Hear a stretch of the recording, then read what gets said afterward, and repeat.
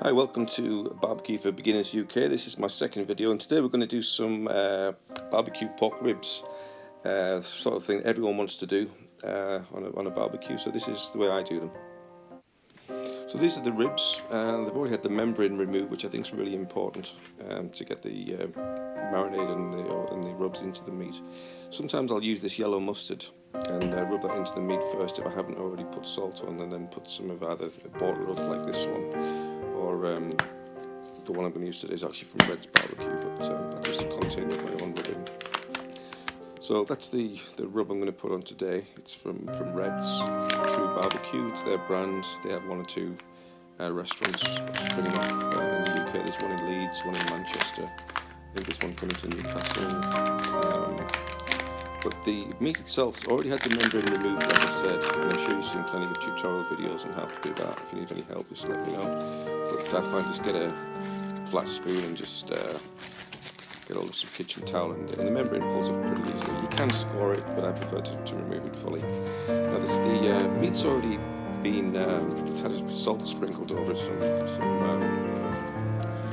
granulated salt, not table salt. But, and that helps the meat soak up, retain the moisture. So you find that once it's been left for a couple of hours, the salt does soak into the meat and it releases its own kind of sweats. So that's enough really to keep this rub stuck onto the meat. So I'm just sprinkling it on the reverse of the ribs, and I'll try to get it on the sides, get as much cover on the meat as possible really. And you notice I'm using one of these plastic plugs to touch the meat, and the other hand's free to pick up any of the utensils or whatever without getting it contaminated by the pork or the rub or anything like that. So flipped them over, do exactly the same on the other sides. Now it's not super important to leave this rub on for a huge amount of time, because the rub itself won't really absorb into the meat as such. You know, the salt that I put on earlier, it's going to benefit and keep the moisture locked into the meat. But if you have time, you can leave that wrapped up in the cling film for a couple of hours. It depends how much time you have, but I find generally that's you could just go on the grill as it is. So we're just finishing off.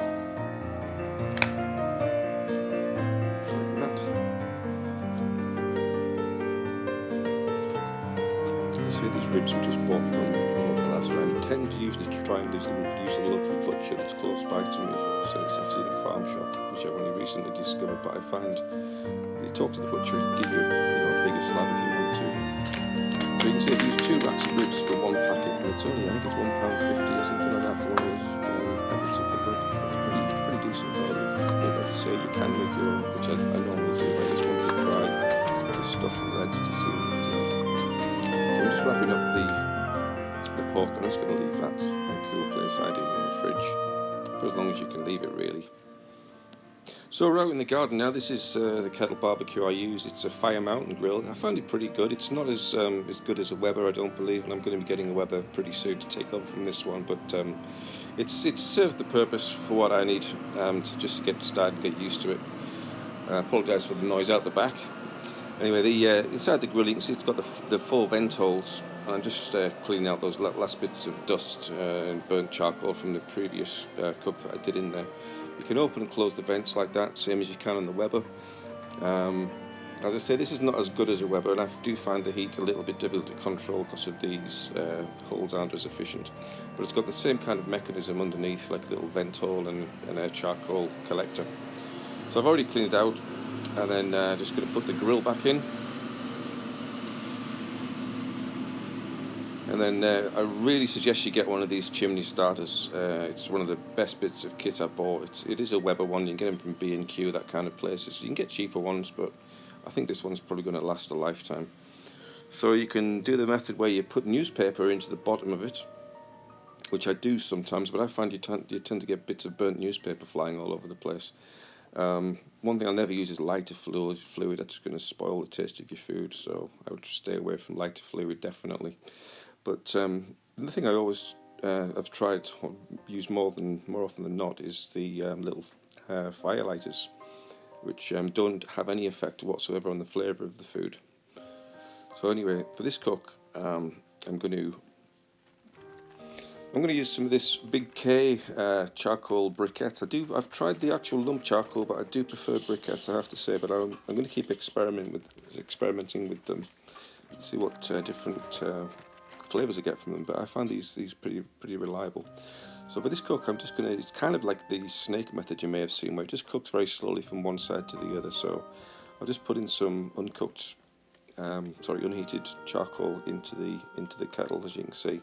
And just like try and tidy that up. Okay, we've got our kettle on there, our chimney starter rather. Just going to put a few coals in there, just because we're just going to light these and basically put them at the end of the unlit charcoal that we've already put into the barbecue. And then once they're lit and they've stopped smoking and burning, they're just a white colour, we're going to add them to the side of the unlit charcoal. Okay, before we continue with the cook, I just thought I'd show you a few bits and pieces I've picked up that you can add to the coals to give you some flavour. There's some Jim Beam smoking chips you just saw there, and these are little pellets that I got online, and I just bought a bit of steel tube, which is, as you can see, full of holes. Just fill that up with some of these pellets. These are cherry wood pellets. You get them in different flavours, again online. I got these from Amazon, and you can just fill the tube up with pellets, and then just seal the end with some heavy-duty tin foil. Just trying to get some out the bag in the minute. I just want to show you what these look like. There you go. And they're just little pellets, so you just literally fill the tube up, seal it, and then throw it on the coals. Some different chips there. These more cherry wood chips. Again, you can get these from garden centres, that kind of place. These particular ones, it's chunks of wood, and I actually found these in a local garden centre as well. They are American, but there you go, £8.99. It's the first time I've used these on these cooks. I'm not sure if they're going to be good or not, but we'll find out once we've tasted the food. But it's worth getting a few little bits and bobs and experimenting with flavour. Now, thermometers are really important things to have to monitor the temperature of the food, and also the internal grill temperature, because the one on top of the grill is not that reliable. But here you can just see that will actually go inside your meat. You can also stand it inside the barbecue, and that is just a cube of tin foil that you can use to stand it up if you don't have one of these little clips I'm about to show you, which I've just managed to get off Amazon for a couple of quid.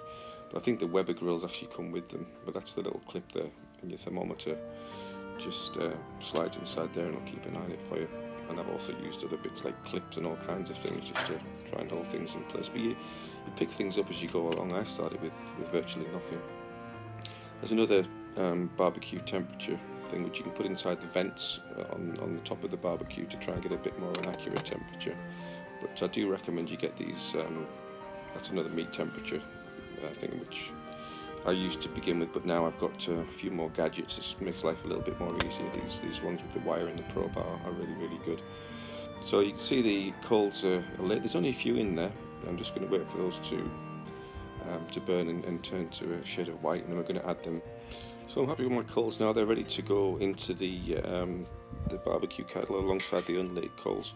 This is about 6 or 7, maybe 8 lit coals in there. That's all you really need to get this started, because if you were to just put all these coals in a full chimney starter full of coals, hot coals in there, your temperature is just going to be way too hot. And we want to keep this temperature down to around about 100 degrees Celsius, 225 Fahrenheit. So you can see just popping them in, and once they're in place, we'll pop the lid of the grill on and just leave the whole thing to come up to temperature.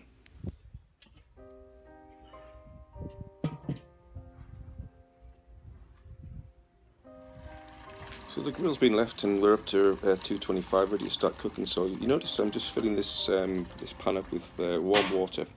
It's going to help keep the moisture in the grill and help the meat to cook, and it's also going to help regulate the temperature as well. I didn't put cold water in there because it's just going to take the temperature away from the grill. So you can see the coals there are nice white. They're fully cooked and they stopped smoking as well. So the final thing I'm going to do is just pop my I think it's hickory wood that I'm putting in today, which you saw the lumps of earlier on. So I'm going to put a little bit of the wood in there, and that's going to hopefully give a nice smoky flavour to the ribs once they're in there. Just close that down. Obviously, careful not to touch with your fingers. You don't want to get burnt. It's a nice little Weber glove that I got. It's quite handy. Just place that back over there, and then you can see I've got another drip pan underneath where the actual meat's going to be cooking. Okay, we're going to place our meats onto the grill now. It's had the rub left on there for a couple of hours. You could do it overnight. You could do it for a couple of hours, but it's looking good. It's the meat's starting to sweat through there, and it's soaking up the marinade nicely.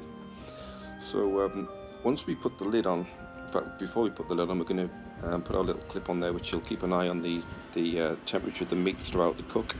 We want to measure it at the meat, not on the top of the dome, using the temperature gauge on the dome itself, because that's just going to give you the temperature of the dome area, which is going to be different to that of the meat. So we want to measure the temperature of the cook as close to the meat as possible.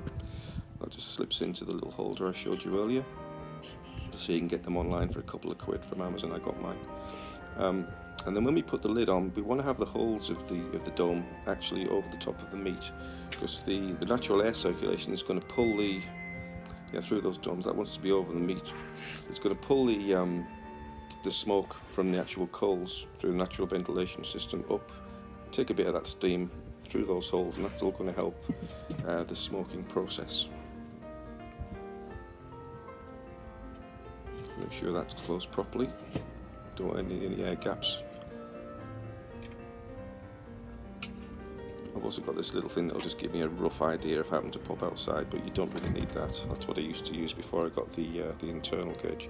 But this is the one I mentioned earlier. This is a wireless one that's hooked up to that one via Bluetooth that's sitting by the actual meat. Okay, 1 hour later, and you can see the starting to take on a little bit of colour there, and there's plenty of smoke still coming off there. But most of the smoking will have been done by now. The smoke only takes really the first hour or so. I'm just going to top up some more warm water into our pan that keeps the grill nice and moist, and a little bit more water into our drip tray.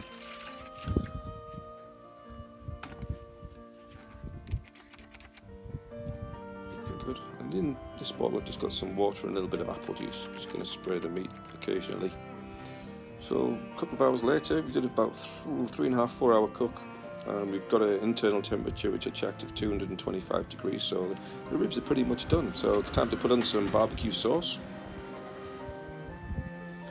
Put it in the sauce. These little silicone brushes are really good as well. Like, I got a pack of 5 off Amazon for not very much money at all. I'll see if I can place a link for those as well on the thing on the bottom of the video. The brushes I've used before, I've used paint brushes. Sometimes I find you get little bristles coming off them. Sometimes the metal part of the paintbrush can go a little bit rusty. These things are they're super hygienic as well.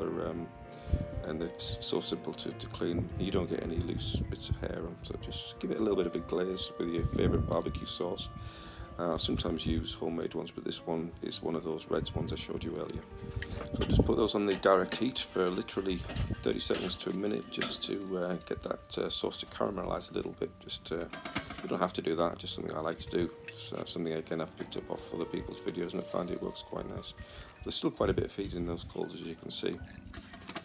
So I'm just going to place the ribs onto my tray. I'm just going to let them sit and rest somewhere warm for a little while, and then they're good to eat. Yeah, I've let them rest as long as I could stand it. I was pretty hungry by this point, so they were rested for about 20 minutes, I think, just to let that meat loosen up a little bit. But you can leave them a bit longer somewhere warm so they don't get cool. You want to keep them nice and moist as well. So I'm going to cut into them so you can have a look inside, see how they look. Sometimes I'll just pick them up and eat the whole lot off the bone, but I'm being a bit more civilised for the purpose of this video. So when you see inside, you can see they do have a lovely smoke ring, which is all that process is always done in the first hour. I'm sure they're going to taste pretty good. So they look pretty good. I'm certainly not a professional. I've not been doing this for that long, but if you follow these simple steps, you should get some pretty good ribs. This is a really nice sauce I like to use, and obviously it's always nice with a bottle of red wine. And some Uncle Ben's rice, if you like that kind of thing. So that's my take on barbecue ribs. I hope you liked the video. It's not perfect by any means. Still learning how to use these editing suites, and hopefully will improve as time goes by. In the meantime, thanks very much for watching, and leave me a comment if you wish, and please give me a like. Thanks a lot. See you next time.